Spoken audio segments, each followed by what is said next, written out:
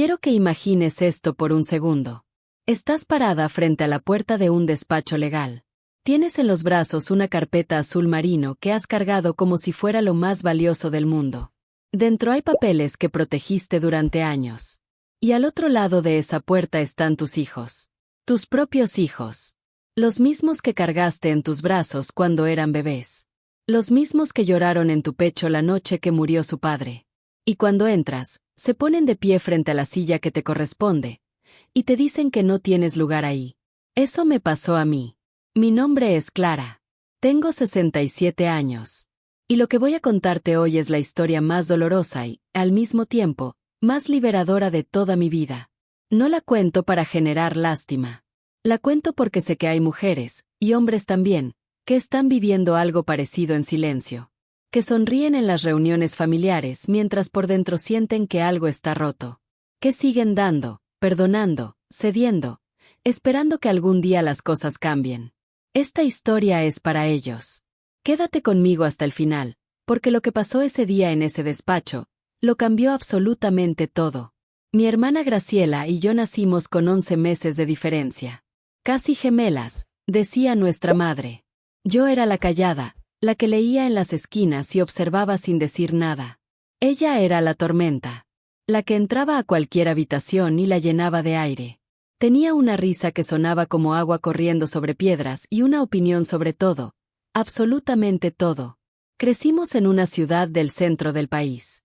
Una casa pequeña de paredes color crema y un jardín donde nuestra madre cultivaba dalias. Éramos pobres de una manera honesta, sin dramas pero sin sobras. Aprendimos a cocinar arroz de distintas formas, a remendar la ropa antes de comprar nueva, y a querernos con ferocidad porque no había nadie más en quien apoyarse. Cuando yo tenía 18 años y Graciela 17, nuestros padres murieron en un accidente carretero. Fue un martes cualquiera. Una camioneta que se pasó un semáforo. Y de repente estábamos solas, las dos, en esa casa de paredes color crema, mirando un cajón lleno de documentos que ninguna sabía cómo leer. Vendimos la casa. Rentamos un departamento. Encontramos trabajo. Nos sostuvimos mutuamente con una intensidad que solo entiende quien también lo ha vivido. Años después conocí a Rodrigo en una ferretería, de todas las cosas posibles. Yo buscaba pintura para el departamento y él estaba eligiendo tornillos con una seriedad que me pareció adorable. Me dijo que mi forma de leer las instrucciones del frasco le había parecido fascinante. Le dije que estaba siendo ridículo. Nos casamos 18 meses después. Graciela nunca se casó. No porque no quisiera, sino porque decía que el matrimonio era un contrato y ella prefería las relaciones sin papeleo. Vivió una vida llena. Trabajó como traductora, después como maestra de idiomas, después se metió al mundo del arte como representante de una galería pequeña pero respetada. Viajó a Colombia, a Argentina, a España. Una vez me mandó una postal desde Marruecos con una sola frase escrita: esto es lo que pasa cuando no tienes que pedirle permiso a nadie. La quería con todo lo que soy. Rodrigo y yo tuvimos 2 hijos. Marco, el mayor, y Sebastián, el menor. Marco nació serio, como si ya entendiera desde bebé que el mundo era un lugar que requería planificación. Creció con esa misma energía. Estudió administración de empresas, se metió en bienes raíces, y aprendió a hablar con una seguridad que a veces confundías con autoridad moral. Era el tipo de persona que te convencía de cosas que no querías hacer y de alguna manera terminabas sintiéndote agradecida. Sebastián era más suave. Mecánico de profesión. Ponía el alma en su trabajo y quería con una sencillez que me hacía pensar que le había salido lo mejor de Rodrigo y lo mejor de mí. Pero era fácilmente influenciable. Siempre siguió a Marco como cuando era niño y seguía a su hermano mayor al columpio, aunque tuviera miedo de la altura. Rodrigo murió cuando Marco tenía 21 años y Sebastián 18. Un infarto fulminante. Se fue dormido, sin despedirse, sin que pudiéramos decirle todo lo que teníamos pendiente de decirle. Esa mañana encontré su taza de café a medio tomar en la mesita de noche y no fui capaz de lavarla durante 3 días. Mis hijos procesaron el duelo a su manera. Una semana de lágrimas. Y después el instinto práctico tomó el control. ¿Quién se queda con el carro? ¿Cómo se manejan los ahorros? ¿Qué pasa con el seguro de vida? Los entendí. Eran jóvenes y el dolor los asustaba. Pero algo en mí tomó nota en silencio. Con los años, fui ayudándolos cada vez que pudieron necesitarme. Cuando Marco tuvo una crisis con una inversión que salió mal, yo fui quien cubrió el hueco. Cuando Sebastián perdió la mitad de su negocio porque su socio desapareció con el dinero de la caja, fui yo quien sacó de mis ahorros sin que me lo tuviera que pedir 2 veces. Y nunca pedí nada a cambio. Porque así es como uno ama. Pero eso no fue lo peor. Lo peor fue lo que pasó cuando Graciela empezó a necesitar ayuda. El diagnóstico llegó cuando mi hermana tenía 62 años. Deterioro cognitivo leve, dijeron los médicos primero. Después, con más pruebas, más honestidad, etapas tempranas de Alzheimer. Graciela lo recibió con una compostura que me partió el corazón. Me miró y me dijo, bueno, Clara, supongo que ahora te toca ser mi memoria también. Y yo le dije que sí, que para eso estaba. La traje a vivir conmigo. Convertí el cuarto de huéspedes en un espacio digno para ella. Cortinas de lino que le gustaban, su colección de libros en el estante, la foto de Marruecos enmarcada en la pared. Traté de que fuera un santuario, no una jaula. Marco, cuando se enteró, frunció el ceño. No es tu responsabilidad, mamá. Ella tiene sus propias finanzas. Le expliqué que no se trataba de finanzas. Se trataba de familia. Se encogió de hombros y cambió el tema. Sebastián al menos tuvo la decencia de sentirse incómodo. Pero tampoco ofreció nada concreto. Cuidé a mi hermana durante 4 años. 4 años de madrugadas despierta porque se levantaba sin saber dónde estaba. De encontrar el azúcar guardada entre las sábanas y los zapatos metidos en el refrigerador. De explicarle 1000 veces quién era yo. Y de aprender a no llorar frente a ella cuando decía que no recordaba mi nombre, pero me tomaba la mano con una fuerza que demostraba que su corazón sí me reconocía. Hubo momentos de lucidez extraordinaria. Tardes en que volvía completamente, con esa chispa en los ojos que era solo de ella, y me decía cosas que guardé como tesoros. Un día, mientras le cepillaba el cabello plateado frente al espejo, me miró y dijo con voz muy clara, Clara, los que llegan cuando hay algo que llevarse no son familia. Son buitres con buenos modales. Supe perfectamente de quién estaba hablando. Fue Graciela quien propuso que hiciéramos los testamentos juntas. Era una tarde de domingo, y estábamos tomando café en el jardín. Ella tenía uno de esos días buenos en que parecía completamente ella misma. Me tomó la mano y dijo, quiero hacer las cosas bien antes de que ya no pueda. No quiero que después de que me vaya haya peleas por lo que dejé. Ya sé cómo son las personas cuando huelen el dinero. Contactamos a la notaría Villanueva y Asociados. Había un abogado mayor ahí, el señor don Felipe Villanueva, que nos atendió con una paciencia y una delicadeza que agradecí profundamente.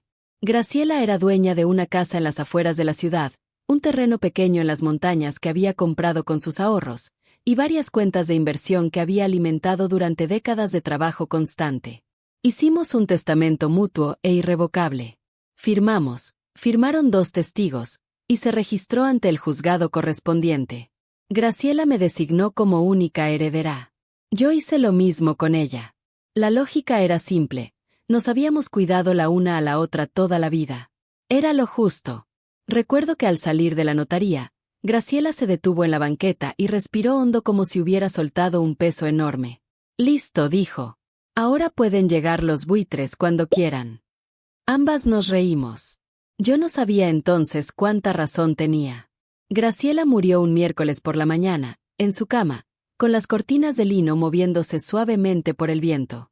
Yo estaba sentada a su lado. Le tomé la mano mientras su respiración se fue volviendo más tranquila, más lenta, hasta que se detuvo. Me quedé con ella 2 horas antes de llamar a alguien. No por negación, sino porque me pareció que ese momento le pertenecía a ella, y yo no quería apresurarlo. El funeral fue pequeño. Algunos colegas de la galería, vecinos, una amiga de la universidad que vino desde lejos. Marco dio un discurso que sonaba más a presentación corporativa que a despedida. Sebastián se quedó parado junto a él con las manos en los bolsillos, mirando el suelo. Ninguno de los dos la había visitado más de 2 veces en el último año de su vida. Y sin embargo, lo que pasó después no me sorprendió, aunque sí me dolió. 3 días después del funeral, Marco llamó. Mamá, necesitamos hablar del tema del patrimonio de tía Graciela. Sebastián llamó al día siguiente con el mismo tema, con palabras distintas pero la misma intención. Empezaron a aparecer por casa con café traído de afuera y sonrisas cuidadosamente calibradas. No deberías cargar con todo esto sola, mamá. Y yo los dejé hablar. Los observé. Esperé. Cuando llegó la carta oficial de la notaría, dirigida únicamente a mí, no les dije nada. La guardé en la carpeta azul marino junto con el resto de los documentos originales. Esa carpeta vivía en la caja fuerte de mi closet, bajo llave, desde hacía años. Fue una tarde mientras yo estaba podando las plantas del jardín cuando escuché a Marco hablar por teléfono en la cocina. La ventana estaba abierta. Ella no necesita estar ahí, dijo. Ya tenemos la versión final. Está todo listo. Solo es cuestión de presentarlo. Me detuve. Las tijeras de podar quedaron quietas en mi mano. Subí despacio al cuarto. Abrí la caja fuerte. Saqué la carpeta azul. Tenía todo lo que necesitaba. El testamento original de 2008, debidamente registrado. Los documentos de la notaría. Las copias certificadas. Y un sobre adicional que Graciela me había entregado el año antes de morir, sellado, con una nota pegada que decía, para cuando los buitres lleguen. Adentro había 3 páginas escritas a mano por ella, fechadas y firmadas, describiendo con claridad meridiana su situación, sus decisiones y sus razones. Era su mente funcionando todavía con lucidez suficiente para saber exactamente lo que quería. Guardé todo en la carpeta. Y esperé la cita. La notaría Villanueva y Asociados quedaba en el centro histórico, en un edificio de cantera gris con ventanas altas y una recepción que olía a papel viejo y café de olla. El nombre en el letrero había cambiado. Ahora decía Villanueva, Espinosa y Asociados. Don Felipe ya estaba retirado. Su lugar lo ocupaba un hombre más joven, el licenciado Espinosa, que tenía el aire de alguien acostumbrado a resolver cosas difíciles sin perder la compostura. La sala de juntas era fría. Un frío artificial, de aire acondicionado puesto demasiado alto, que no tenía nada que ver con la temperatura de octubre afuera. Las paredes eran de madera oscura y en el centro había una mesa larga de caoba con sillas tapizadas en cuero café. Cuando llegué, mis hijos ya estaban ahí. Marco se puso de pie de inmediato. No para saludarme, sino para interponerse entre yo y la silla que estaba al extremo de la mesa, frente al escritorio del licenciado. La misma silla que, por lógica y por derecho, me correspondía. Sebastián estaba a su lado. Miraba el tapete con esa expresión que siempre tenía cuando sabía que algo estaba mal pero no quería enfrentarlo. Mamá, dijo Marco con ese tono que usaba para cerrar tratos. Seguro, distante, final. Hubo un error en la convocatoria. No estás contemplada en el testamento. Esto es solo para herederos directos. Lo miré. Eché un vistazo a Sebastián, que seguía estudiando el tapete. Luego miré la silla. Y luego miré a mi hijo mayor a los ojos y le pregunté, con una calma que me sorprendió a mí misma, ¿herederos directos de quién, Marco? ¿De tu tía que no tuvo hijos? ¿O de mí, que soy su hermana y su única familia de sangre? Él no respondió. Solo cruzó los brazos. No estás en el documento que nosotros presentamos, dijo Sebastián al fin, todavía sin mirarme. Fue lo más honesto que dijo en toda esa mañana. Ahí fue cuando entendí algo que nunca había querido ver con tanta claridad. Ellos no estaban confundidos. Estaban apostando a que yo no sabía. Y habían estado apostando a eso desde el principio. Metí la mano en la carpeta azul. Saqué un sobre. Me acerqué a la secretaria que estaba detrás del mostrador, una chica joven con nombre de placa que decía L. Fuentes, que claramente no quería estar en medio de ese momento. Le extendí el sobre y le dije con cortesía, por favor, entrégueselo al licenciado Espinosa. Creo que querrá ver esto antes de continuar. La señorita Fuentes tomó el sobre, me miró un segundo, y desapareció por una puerta de madera al fondo de la sala. Marco abrió la boca para decir algo. Sebastián le puso una mano en el brazo. Espera, murmuró. Me acerqué a la silla que habían estado bloqueando. Me senté. Sin prisa. Sin drama. Y esperé. Si te está pareciendo interesante esta historia, me alegra mucho. Estas historias existen para recordarnos que no estamos solos en nuestros momentos más difíciles. Si conoces a alguien que necesita escuchar algo así hoy, comparte este video con esa persona. A veces la historia correcta llega en el momento correcto. Y si todavía no te has suscrito al canal, este es un buen momento para hacerlo. Hay muchas más historias como esta esperándote. La puerta de madera se abrió después de varios minutos. El licenciado Espinosa era alto, de cabello canoso en las sienes, con lentes de armazón delgada. Cargaba el sobre que yo había entregado, pero también traía una carpeta gruesa bajo el brazo. Me miró directamente cuando entró a la sala. Señora Clara, dijo, ¿podría acompañarme a mi despacho un momento? Marco se levantó. Licenciado, este es un proceso cerrado para los herederos designados en el documento que presentamos. El licenciado Espinosa ni lo miró. Gracias, señor Marco. Y eso fue todo. Lo seguí por el pasillo. Su despacho era ordenado, con libreros hasta el techo y un escritorio grande en el centro. No había sillas para visitantes, solo una barra alta donde extendió los documentos. Señora, dijo, usted y su hermana firmaron un testamento mutuo e irrevocable en el año 2007 ante la notaría del señor Villanueva. Está debidamente registrado ante el juzgado correspondiente. Pasó las hojas con calma. El documento que sus hijos presentaron lleva fecha de 2 años atrás. Ahora bien, para que ese segundo documento tenga validez, el primero debería haber sido revocado formalmente en presencia de usted. ¿Eso ocurrió? No, respondí. Asintió una sola vez.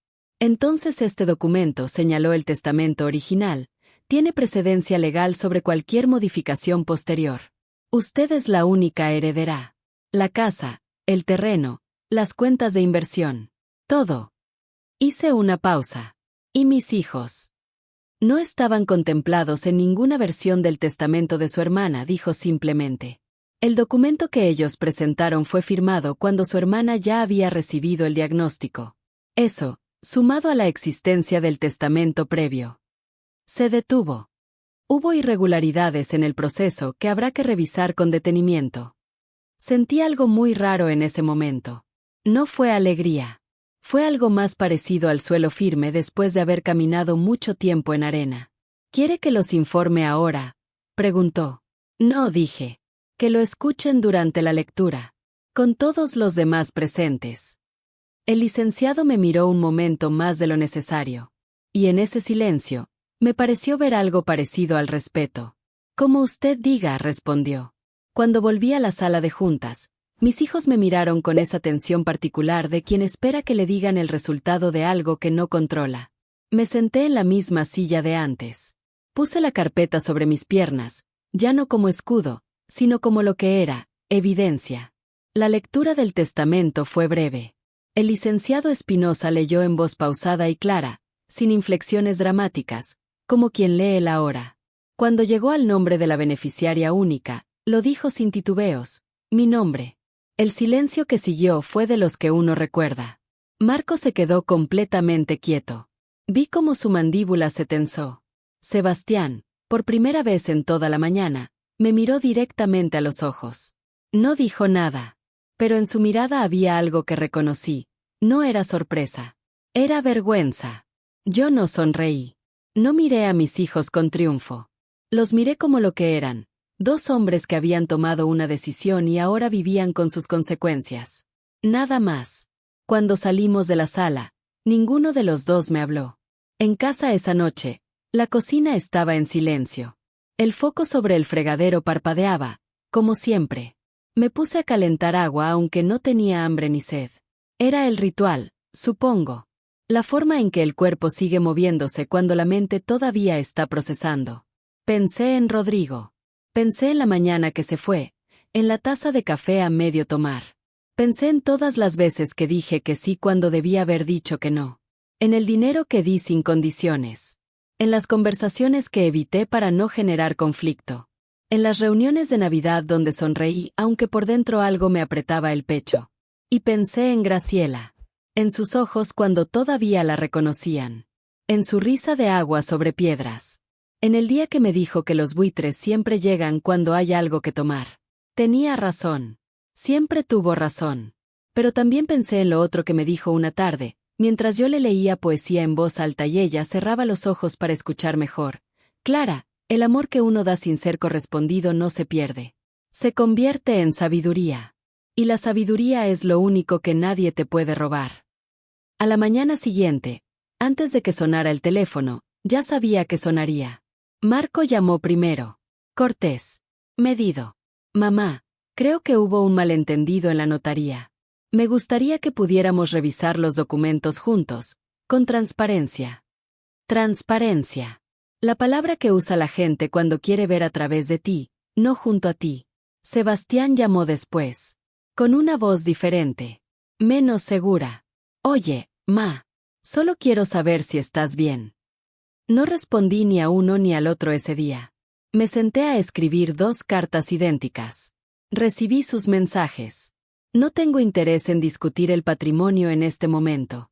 Cualquier consulta puede dirigirla a mi representante legal. Clara. Las sellé. Las mandé. Y me tomé el té que había preparado antes de que se enfriara. Marco apareció en la puerta 4 días después. Sin aviso. Traje de trabajo, a las 10 de la mañana de un sábado. Me dio una sonrisa que no llegaba a sus ojos. Hola, mamá. Pasaba por aquí.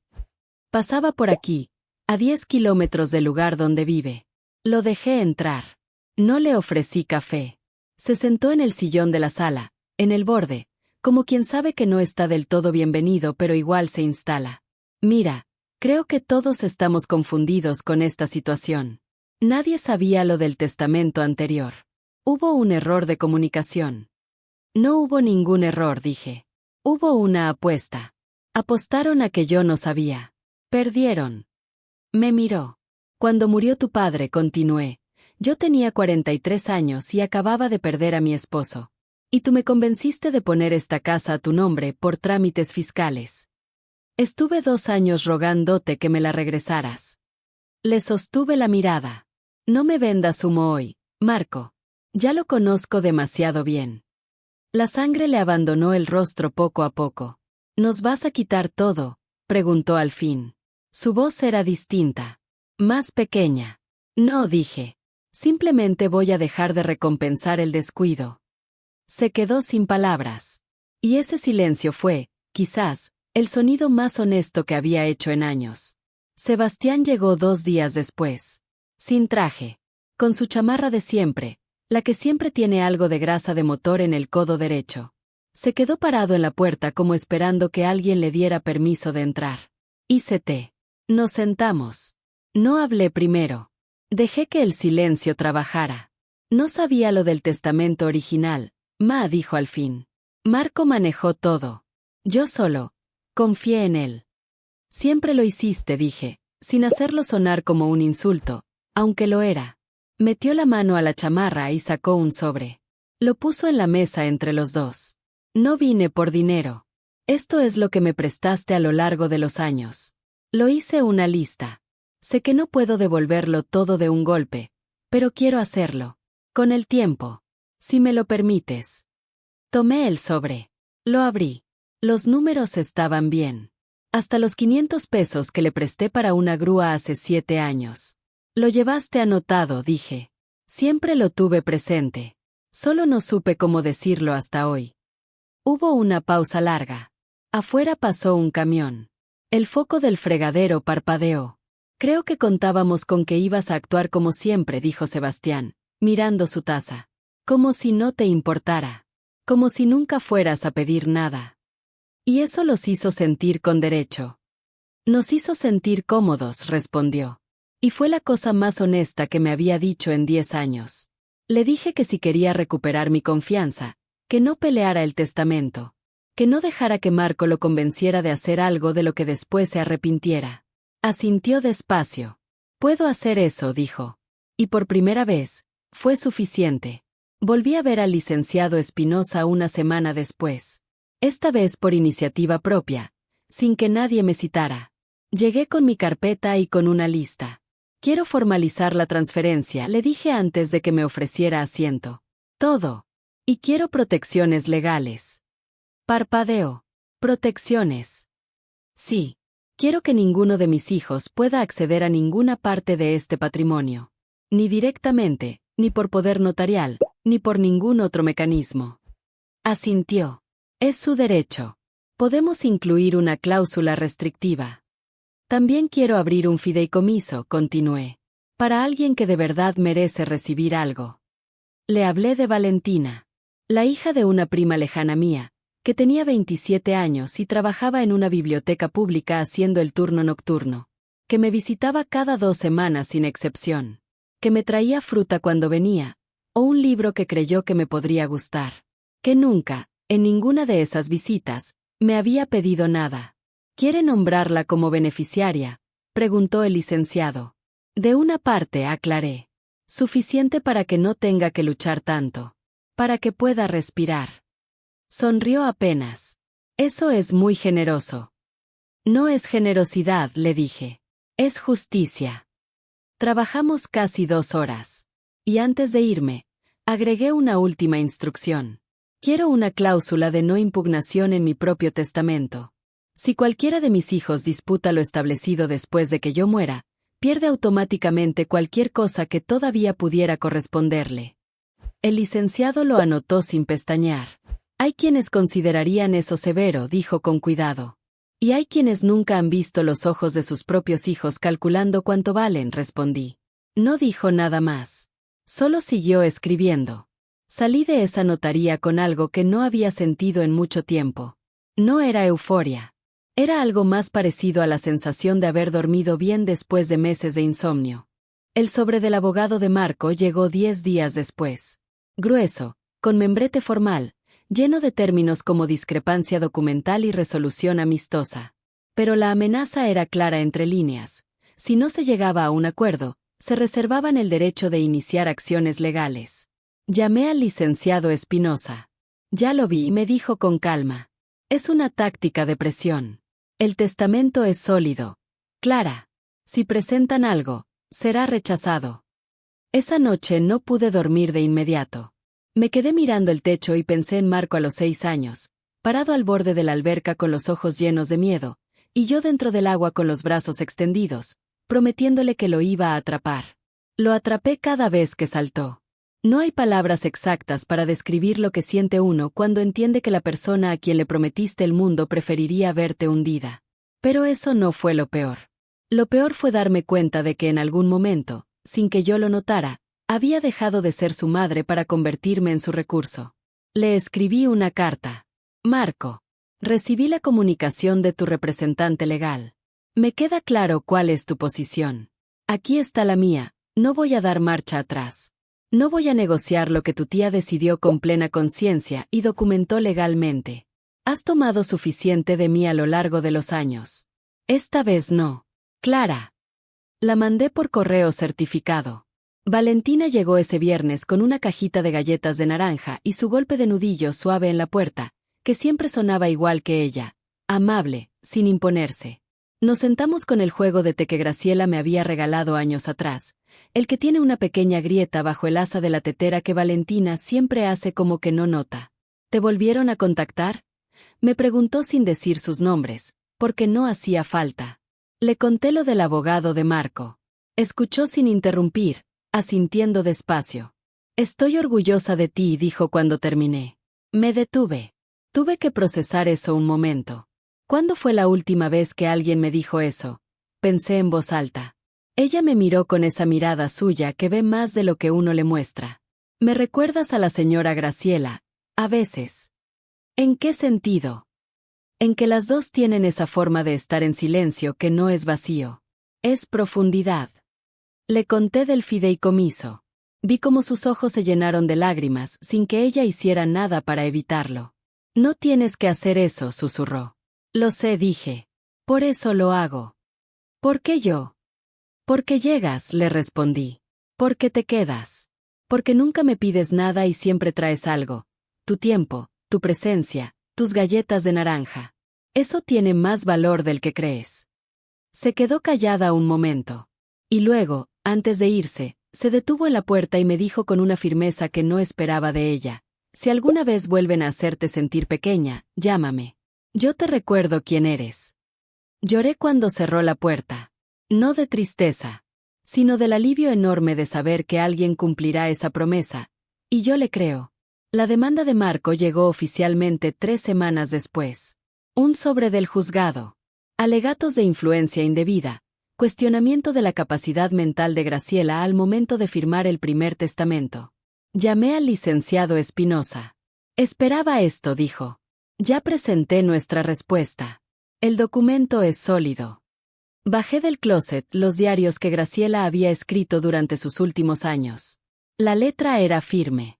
Los pensamientos, coherentes. Las fechas, precisas. Había entradas sobre sus citas médicas, sobre los libros que leía, sobre sus opiniones del mundo. Y una entrada en particular que subrayé con cuidado. Clara es la única persona en mi vida que me ve completa. Los demás ven lo que pueden aprovechar. Ella ve lo que soy. No voy a permitir que después de que me vaya alguien deshaga lo que construimos juntas. Lo tengo por escrito y así quedará. Hice copias. Las mandé al licenciado con una nota. Si necesitan evidencia de su claridad mental, aquí tienen sus propias palabras. La audiencia fue en una sala pequeña del juzgado. Madera clara, ventanas altas, una jueza de cabello corto y mirada directa que no tenía tiempo para rodeos. El licenciado Espinosa estaba a mi lado. Marco llegó solo. Su abogado, según me enteré después, no se había presentado por un problema de agenda. La jueza leyó el expediente. Revisó los documentos. Luego miró a Marco. Usted alega incapacidad mental de la firmante al momento de ejecutar el testamento de 2007, dijo. ¿Tiene documentación médica que respalde ese alegato? No en este momento, señoría, pero... Este juzgado no opera con suposiciones, la jueza lo interrumpió. Volvió al expediente. El testamento presentado por la parte contraria incluye acta notarial debidamente registrada, testimonio de 2 testigos presenciales, y documentación personal de la firmante que demuestra coherencia cognitiva en las fechas relevantes. Cerró la carpeta. No existe mérito legal en este impugnamiento. Se desestima la demanda. Un golpe de mazo. Una sola vez. Marco salió sin voltear a verme. Yo salí despacio. Rechacé el ofrecimiento de un aventón del licenciado. Necesitaba caminar. Caminé por el centro histórico durante casi 1 hora. Pasé frente a lugares que cargaban memorias. La ferretería donde conocí a Rodrigo, que ahora era una tienda de celulares. El parque donde llevaba a mis hijos los domingos. La panadería de la esquina donde Graciela siempre compraba cuernos de azúcar cuando venía a visitarme. Nada de eso se sentía pesado. Solo se sentía verdadero. Los días que siguieron fueron tranquilos de una manera diferente.